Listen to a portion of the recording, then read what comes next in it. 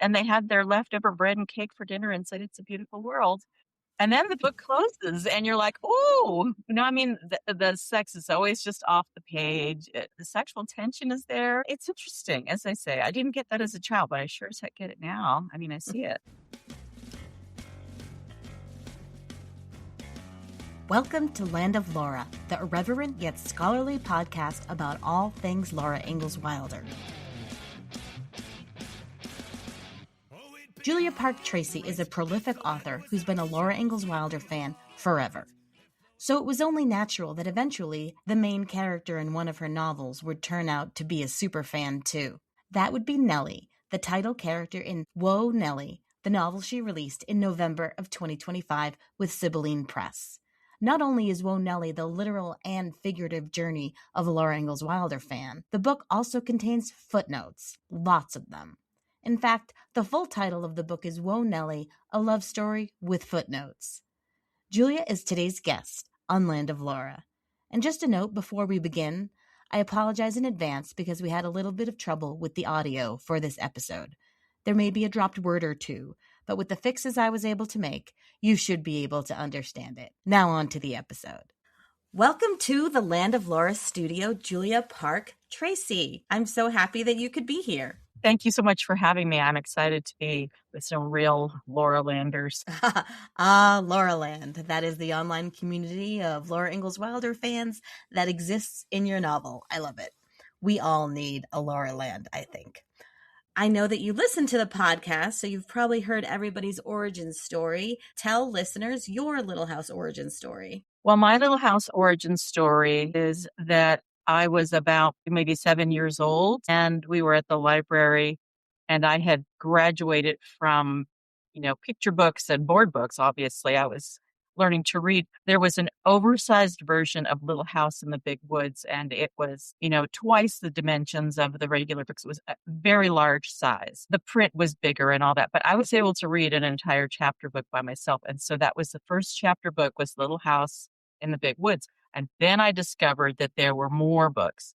And so it took me a while to get through all of them, but, I read as many as I could get to. And then I think I just returned to checking that same book out over and over again. So for Christmas, I think I was about 9 and I got the yellow box set. And so that would have been in the early 70s, about 74, maybe, for that yellow box set with the Garth Williams drawings. And did you continue reading them throughout your childhood? Of course I did. Yes. And then I read them every single year. And once I had the whole box set, then there was that weird one at the end, the first 4 years, which I didn't like and I didn't understand. So I would reread most of them, and then I might or might not read the first 4 years. I found, though, that every time I read it, I found a new detail. And I think it's because I was the same age as Laura in these various things. Every time you read the series, you found something new? I did find something new, and I feel like it just was revealed to me as a peeling back of an onion, layer upon layer. And I remember reading, there's that line, "You may kiss me goodnight," in Golden Years, and I just wanted to die of mortification because it was so embarrassing. How, blah, blah, blah. But later I was like, that's consent. You know what I mean? That's amazing. I thought that was so amazing. It's such a great thing to point out because personally, I can really identify with that's so embarrassing. But yeah, they did consent well back then. Stunning that she gave him permission to kiss her. And now, I didn't recognize that until, more recently. I was like, oh, that's what that is. But I stopped being embarrassed about it. The other thing was reading the first 4 years after I had had a baby. I went, oh, now it all makes sense. I get it now. Every year I got something different out of it. Some people think it's the most honest writing she's ever done. Right? In the first 4 years. Well, pure, maybe. Pure. Undiluted. Yes, pure and undiluted. I agree. So in November, you published a novel called Whoa, Nelly. For those who haven't read it, without spoilers, tell us about the book. Okay. Whoa, Nelly is a contemporary fiction about a lonely librarian. She gets fired and she says, the heck with it, I'm going on this trip. And she takes a train trip to De Smet, South Dakota, because she's a lifelong fan of the Laura Ingalls Wilder stories. And it's both the heroine's journey where she kind of goes and discovers herself, but it is also immersed from A to Z in Wilder trivia and quotes from the book. And she's been obsessed with Laura Ingalls Wilder her whole life because as a child, she sank into the books as an escape from child abuse. I will ask you more about that. Before I do, before people come at me, I want to say that she takes the train, but she drives from the train up to South Dakota because, as all of us who have visited De Smet know, unfortunately, you actually cannot take a train to the place where we first read about trains. Not anymore.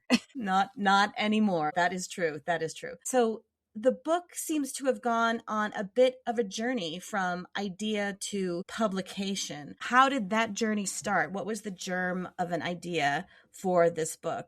The funny thing is, I never set out to write a book about the Little House books. I was actively, I mean, I'm an author. I've written a number of books. I have 9 books out right now, and I was leaning into historical fiction. That's mostly where I write. But when I started writing this book, it was about 2014 or 2015, and I was participating in NaNoWriMo, which is National Novel Writing Month. And I started out with an idea to write a story about Anne Frank's sister, who also kept a diary, but they never found her diary. So I started writing it. And this is when you have 30 days to write 50,000 words. So it is, crack the whip. You need to move quickly. So that's 1,500, 1,700 words a day, something like that. Woe betide you if you miss a day because you get behind quickly and you got to catch up. So I was about on my 3rd day of writing this story, which I didn't even have. I was a complete pantser. I had no outline or anything. I was trying to write this story, and I realized it really kind of hit me like a ton of bricks that this is not my story to tell. It was very much an own story situation. And I said, you know what? I can't write the story. This is a story that someone who is Jewish, who has this background, it's their story. I'm just going to step out. But that left me on day 4 of a 30-day quest to write 50,000 words. And I said, Lord, what can I write about? And I kind of wildly looked around my office and fixed my eye on the yellow box. Which was still in your office. Which the box has actually fallen apart, but the books are still there, right? And I just went, okay, I'll just write about that. And jokingly, I thought, well, I'll write a book from Nelly's perspective. So I kind of headed down that path, but then felt like spunky, right? Anyway, so I ended up writing it. It's a librarian who would be familiar with these books. And her story just kind of fell right out onto the page. And the little quips, from Ma and the things that Pa said and, all the little aphorisms and, Nelly's riding the train and she sees the phone lines going by and it's 1 swoop, 2 swoop. It's all the little things that make up the Wilder world that you're so familiar with if you've read them repeatedly. So I was able to put all those things in. And to make it a double whammy, I actually went on a trip with my mom in the middle of this month where I was trying to write all of this. And we took the train from Albuquerque back to the Bay Area to Emeryville. And so I was on the train for 3 days. And so looking out the window, it was very meta. I wrote this book about a train on a train, and it was a book about a book, so it became a meta sort of a novel. And it's got that insider's thing. Like, if you know the Little House books, this will be like putting on a warm, fuzzy sweater. You'll understand everything on the page. And the other thing is I put footnotes in it, which I was told when I tried to pitch this novel, novels do not have footnotes. You can't do this. Well, guess what? I'm just so weird. I did it anyway. So this novel is rife with footnotes. Nelly yes, I want to ask. Sorry. Yes, I want to ask you all about the footnotes. Okay, so that's the thing. She's a librarian. She's a know-it-all. She's, as we all are. Once we really know our topic, we're like, well, actually, it's mansplaining, but it's womansplaining. So she's like, well, actually, And so I wrote this book with footnotes in it where I could address the reader. And that again made it very meta because it's like, dear reader, this is actually what happened. Even though the Little House book said this is what actually happened. So it's layer upon layer of all the different things. I like that you said that you're a pantser, which to to non-writers, they might not realize it means writing by the seat of your pants and just writing the way one has to do during Raw dogging it, as the kids say. say again? What? Raw dogging it. Well, as the kids say. And I love that because it really, I think, probably tapped into your subconscious and all of your Little House memories that you had learning something new every time you read the books. So, how did you decide that putting these footnotes in, and it's full of, I've read the book, it's full of footnotes, and the footnotes are full of facts about the real Laura Ingalls Wilder that maybe don't fit into the straight narrative. But how did you decide to include those footnotes? I'm a shameless pedant.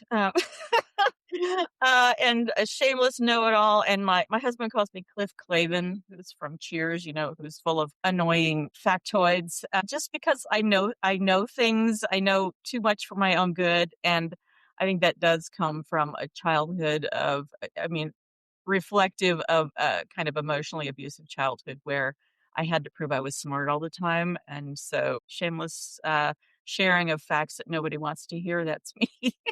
Share with listeners what kind of things you would put in the footnotes. Well, I put in the footnotes as Nelly, my Nelly, who was riding the train east while Laura rode the train west. I'll put in comments about the Black Porters and their union. I'll put in comments about, well, Rose said this, but this is what really happened. I'll put in comments about, well, Ma would have said, but we're not saying that anymore. Or sorry, not sorry, Ma. It's kind of like on two levels. Like someone could read it who isn't super familiar with the Little House books and still get a great story, and someone who is familiar gets even more. Yes, and actually the publisher read it, and for some reason the Word doc didn't show the footnotes, so she read the whole thing, and she said, "It's great." And I said, "What did you think of the footnotes?" And she's like, "What footnotes?" I'm like, "Ah, you missed half the book." So yeah, it's like a 3D chess game versus just a straight read. I flatter myself. So in this book, your character goes on a trip and actually ends up in Desmet and goes through, I don't think this is too much of a spoiler, but actually experiences some pretty severe weather. What made you decide to go in that direction? Part of it is the heroine's journey, and she needs to run up against lessons in trust, lessons in trusting herself, and so on. So that's a little bit of it, but also because it's kind of Alice in Wonderland where Nelly has fallen through, and somehow weirdly she's Laura in on this trip, and she has a nemesis whose name is Lorena, who's just the absolute beautiful and wears perfect period appropriate attire, kind of steampunk-esque, and knows all the answers. And so now we have Laura and Nelly. It's, Nelly and Lorena. And then there's a third person who in the books is Almanzo, but in this, his name is Alberto, and he's a very handsome Hispanic dude. And so all of a sudden we're in the love triangle. So it made sense to play up some of the similar love triangle issues, which had to do with, riding in the Cutter home after, a week at the Brewsters, or that kind of a thing. So there's some severe weather, which, as we know from the long winter, you can get a blizzard in October, just vying for attention and, oh, Cappy, the candy, that kind of a stuff. Did you know when you first started that this was going to be a love story? I did not know, but it's always nice to have, you have to have a structure when you're creating a novel. There has to be a narrative arc of some sort. So your character has to climb the hill, climb the hill, climb the hill, fall down the hill, climb, fall down a little bit, but maybe not as far. Then have the dark night of the soul. I mean, again, that's part of the heroine's journey. That's part of traditional narrative structure. You end on a cliffhanger and you want to keep your reader turning the pages. So, I mean, I've been writing for a bajillion years. So these are just when I don't have that, because I'm a poet really secretly in my inmost heart, I'm a poet. So I'm all about describing things, but that's not plot. Plot is the hardest thing for me. How do I walk these paper dolls across the room? How do I get them from here to there? And oh, but how do I get them through the door? How do I get them to, you know, I don't know. So I do have to kind of hit the markers with plot in order for there to be tension. And you're the Greek god of these people that you're creating. You have to torture them. If everything's beautiful and happy, there's no story. You have to create tension. You have to create the drama by making keeping your people apart for as long as possible. Your lovers. You have to keep that tension between them. You have to keep your character from, you can't hand Frodo the ring and expect him to just hop over to Mordor and everything's peachy. That's not a story. You have to, kick him back down. He has to fall down, get stung by a spider, all the different things that have to happen to them. And so I'm not being mean to them, like, just because I'm a mean person. I'm just trying to get them where they need to go. So I didn't think about the love story at first, but then as it took shape, the book sort of becomes a phantasm and lives on its own. It creates its own world. And so a love story felt natural because there could be tension. And Nelly, who has, childhood abuse, this is a book about healing from that. It's a book about dissociating by reading from disruptive childhood, terrifying childhood. I know lots of us right now with the world outside is pretty scary, and a lot of us are, just sinking into books to get away from the scary world. Well, that's Right. what Nelly did. So, but she had to heal. If she's going to be broken the whole time, then the structure doesn't work and it doesn't end satisfactorily. After she's struggled and she's done the journey out and she's doing the journey back again, the prize for her is to heal. And that's why there's that delicious chapter 19. That's the gift. Should you tell us about chapter 19 without telling us? Well, let me just say, if you don't like spice, then skip chapter 19. If you like spice, then that chapter is by you. It is Don't read very the last spicy. This book is not for children. And when I do my bookstore events, I do say it's Laura Ingalls Wilder for grown-ups because I want to talk about some of the scary things that happen. I want to talk about cousin Charlie, and I want to talk about Ma putting the sliver of wood in the door to protect the girls. I want to talk about when Ma spoke, seriously to her girls out at, when they're the only women, one, two, three, four of them, maybe not the baby, but there are four women there with no protection in a pretty rough place.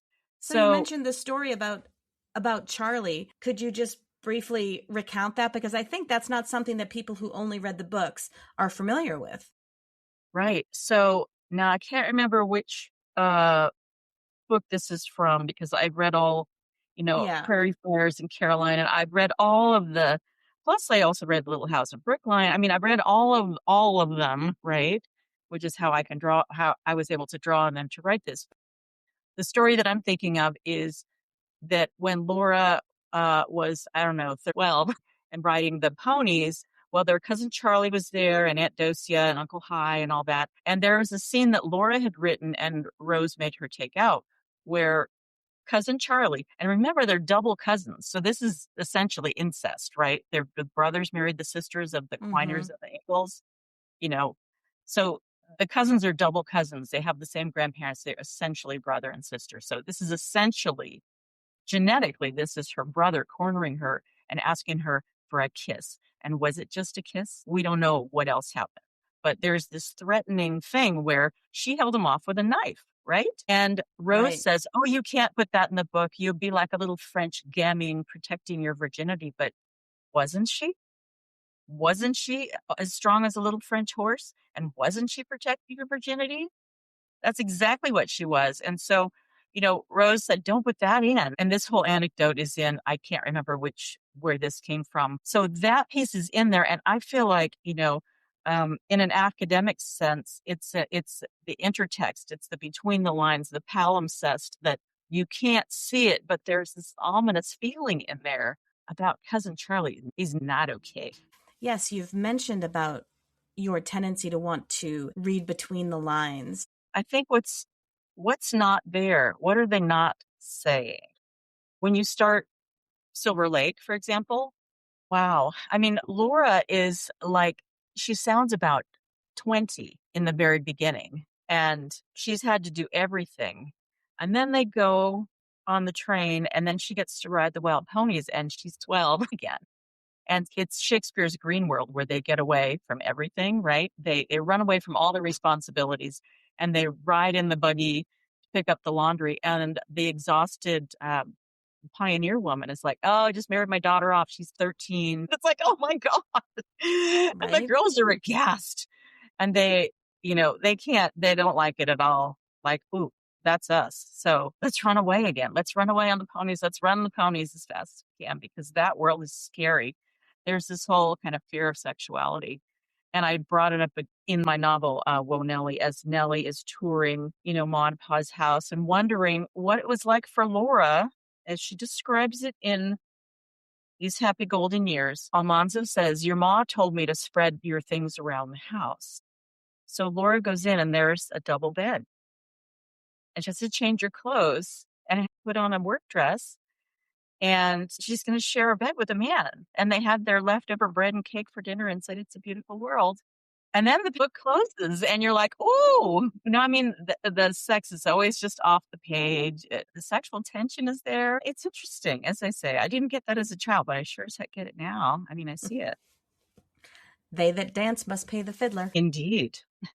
The good news is that I did finish a draft, a solid, I hit 50,000 words, something like that, by the end of November that year, which was, I believe, 2015. And then I did pitch it around a little bit and got a lot of pushback on what the hell is this weird ass thing? And and who's going to read this? And it's crazy. And there's no such thing as footnotes in fiction. A very snarky voice from various agents and so on. I said, whatever, at least I wrote the thing. I put it in a drawer and I went about my life. So then I went to a number of writing conferences and, the higher end ones where you really had to, tap dance, stick it in. And oh gosh, all my kids got out of school and we moved. I mean, a number of things happened along the way. And I wrote a couple books and they are published by Sibylline Press. And there's an imprint called Sibylline Digital First, which was going for the ebook market. And they said, "Do you have anything, in your drawer that you haven't ever published?" And I kind of went, "No, I have this thing that's called Whoa, Nelly. It's crazy. And everyone thinks it's really weird." Well, bring it out. So I turned it in just, to see. And they said, "This is interesting. Why don't you revise it?" So I revised it because when you're writing really fast in NaNoWriMo, you're doing a draft. You throw everything and the kitchen sink, 3 kitchen sinks. And so I had to go make it a little longer, but comb out some of some of the child abuse stuff was like pretty intense. So I took that out and made it a little, a little lighter in tone and polished and buffed it up and turned it in. And, they loved it and they said, "Let's do it." I got a beautiful cover. I just love it. And so it came out in November and got pretty high on Amazon in the first month. It was in the top couple hundred. It's only just started. I mean, literally, the book is just out the gate. So I'm going to have to tap dance for another year to to do. That's what you have to do when the book comes out. You have to do a lot of tap dancing and. What have your book events been like so far? Well, I always ask if they've read the Little House books, and the women always have, and the men have not. The men have never read it, if there's men there at all. And there's usually 3 men to 40 women, and they're probably husbands. And then I say, "Who's read any of the other books? Have you read The Ghost in the Little House? Have you read Prairie Fires? Or have you read any of the other books?" And usually no one has. So what I'll do is I'll talk about the 9 books, and I'll say, "Well, Pa's like this in the first book, and da da da," and they're both really creative, and they make all these things. And what did I learn? I learned how to make a door. In reading these books, I learned how leather hinges drag and wooden hinges squeak, but metal hinges are the best ever. I learned how to make bullets. I learned how to make shingles. I learned how to weave sheep's gray. I mean, I've learned all these things from reading all of the how-tos. And by reading all those books, I have felt like I could survive anything. I felt like when the pandemic came out, I was like, dude, I'm good. I know how I could churn butter, you know? And this is the kind of stuff that I talk to them about. But I do also at my book events, I do mention the Cousin Charlie situation. And I do mention the racism, Ma's racism. She hates Indians and the whole disgusting how heat, big snow, pigeon that was apropos in the 1930s, but is disgusting and racist now. And it's very hard to read without a sneer on my face. So, Mm-hmm. yeah, I talk about that. And just to kind of take off the rose colored glasses and say, this is a real person. And also, this is also libertarianism, and blah, blah, blah later on. And the fact is that, you know, they got things from the government. So they then turn and said, this is bad. I just talk about some of the way it goes. You have two books, The Bereaved and Silence, both historical fiction novels that I believe are based on your own ancestry. Did those novels inform your writing of this novel? Sort of not about a historical character, but about a historical character? In the milieu, I would Yes. say that the Little House books informed my writing of the historical fiction, and that this was just the frothy part of the top of the beer. You know what I mean? It was like, uh, Yep. in some Yep. ways, it's a bagatelle. I mean, I laugh because it's light and funny and snarky as hell, and so much, inside Hollywood kind of way of talking about the Little House books, but also it's academic in some ways with the footnotes and it's a nod and a wink to academia. And it's also kind of a send up of literary festivals or literary conferences because there are certain types who go to them. And I always say it's like a Star Trek convention. I'm a life member of the Jane Austen Society, for example, and I go to their conferences and I've written papers and presented and been published and blah, blah, blah. I'm kind of a rogue academic. I'm not a PhD, but I pretend to be one. So there's a little bit of a send up of the types, the sort of the archetypes who go to these conferences. So there's the know-it-all, there's like the hangers on, there's the people who've named all their children after the characters, there's always a dude with a pipe and elbow patches and, the closeted homosexual. I mean, there's certain types that are there and they're always making little quips and all that. So I was kind of making fun of that, in a loving way at the same time. So as I say, this book it's not a long book, but it has a whole lot packed into it. And to your original question, in some ways, even though this is a contemporary novel that, could take place today, it feels like historical fiction because it leans so much on what happened in the past. So I feel like it's a stepchild to my historical fiction. What do people not ask you that you wish they would? Here's one. So you went to De Smet. Did you like De Smet? And the secret answer is I've never been to De Smet. I've never been to any of the Laura Ingalls Wilder sites. So, how did you handle that in writing the book? Google Street View. I've Mm. traveled across the country on the train Mm-hmm. a number of times, on book tour and travel just for travel because I don't like to fly. I prefer the train because I'm a big chicken. I've been through where the train is, but I didn't get out of the car and drive, and all of that was Google Street View. Yeah, going to any of the Little House sites is pretty much a road trip. Right. Yeah, and I just haven't been there. I'd like to, and nobody in my family cares, so it would be a solo trip, and I don't wanna go by myself. I wanna go with someone who's equally excited, and I don't have anyone who's equally excited. I mean, I'd like to go to Laurapalooza, maybe, and at least then I'll be surrounded by, 300 crazy people who love Laura, but, but so far I haven't been able to figure that out. Well, I certainly hope you are able to figure that out sometime. You have some time. I don't think the next Lollapalooza is scheduled until 2028, I think. So you do have time. So the book came out in November from Sibylline Press. Where can people find it? Anywhere you buy books, it can be ordered. Bookshop.org is a nonprofit bookstore online in opposition to the other one, and they get their books through local bookstores. So it does support local independent bookstores. Bookshop.org, or you can go to the publisher's website, which is Sibylline Press, Sibylline press.com. and they have a bookshop on the website. You can get it from them. Or you can go to the Big A and get it from there, and it'll be there on your Kindle in 30 seconds. This book is available right now in ebook and paperback, and the audio will be out in about 3 months. There's a little bit of a lag, but it gives me a second launch, so that's fine. Oh, that's great. That's great. Okay, are you ready for some rapid fire Little House questions? Ooh, okay. All right, let's see what we can do here. Okay. What vocabulary did you specifically learn from the Little House books? Least said, soonest mended. I've used that many a time in my life, just where I had to button my lip. And hunger is the best sauce. Those two, for sure, for What's sure. your favorite Garth Williams illustration? I think my favorite Garth Williams. I think the cover of the first 4 years, where Laura's got those really cool green shoes, and the baby is, and it's very romantic. I'm kind of taken with that. I think that the cover of that. I also like the kitten on the cover of Little Town on the Prairie. Yeah, I'm a fan of that too. Oh, there's so many to choose from. What scene, if you could, would you like to drop yourself into from the Little House books?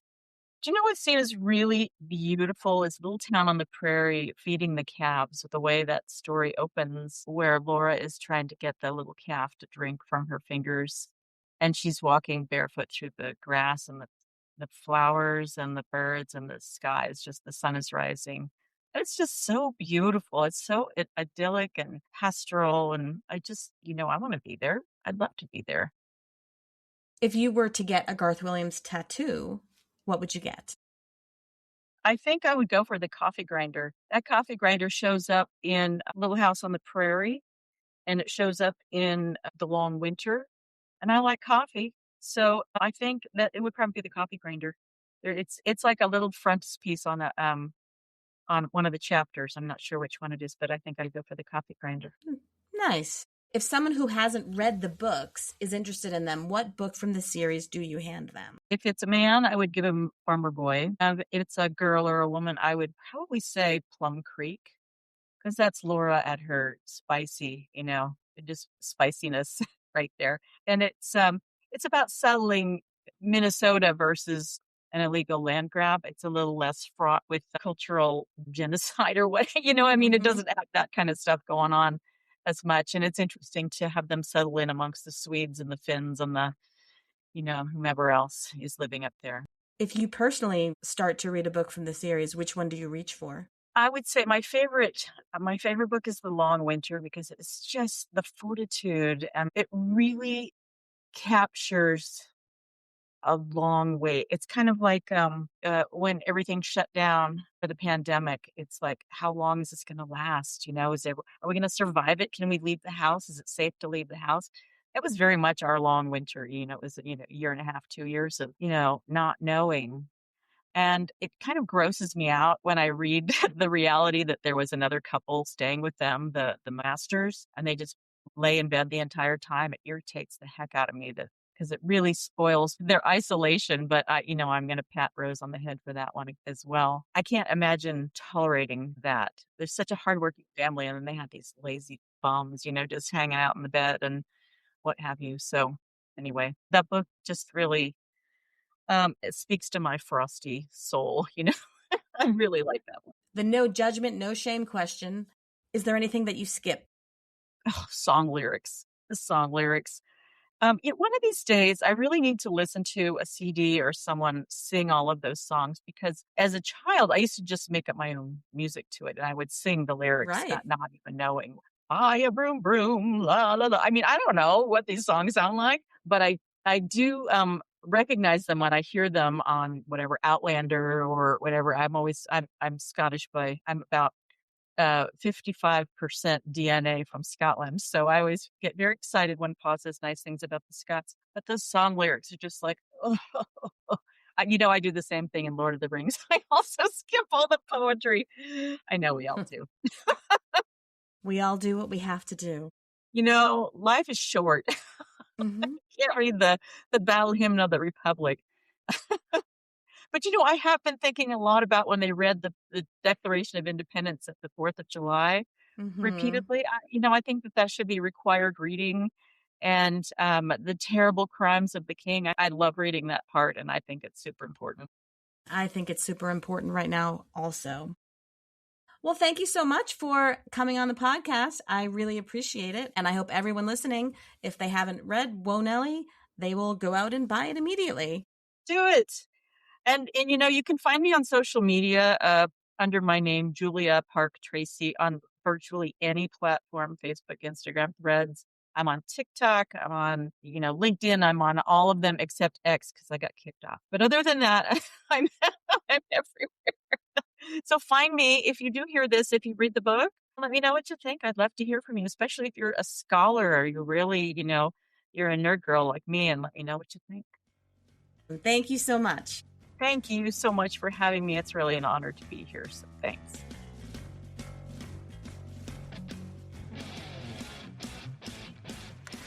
I love all the creative endeavors fans bring to the world of Laura Ingalls Wilder. Again, Whoa, Nelly is published by Sibylline Press. You can find Julia Park Tracey on all of the social media channels except for X. Land of Laura is created and executive produced by me, Sandra Hume. Special thanks to Canadian folk punk band The Dreadnaughts for our theme music, and extra special thanks to all the guests like Julia who give so generously of their time and knowledge. I hope to see you next time. Make sure you subscribe to Land of Laura on your favorite podcast channel so you can hear about episodes as soon as they drop.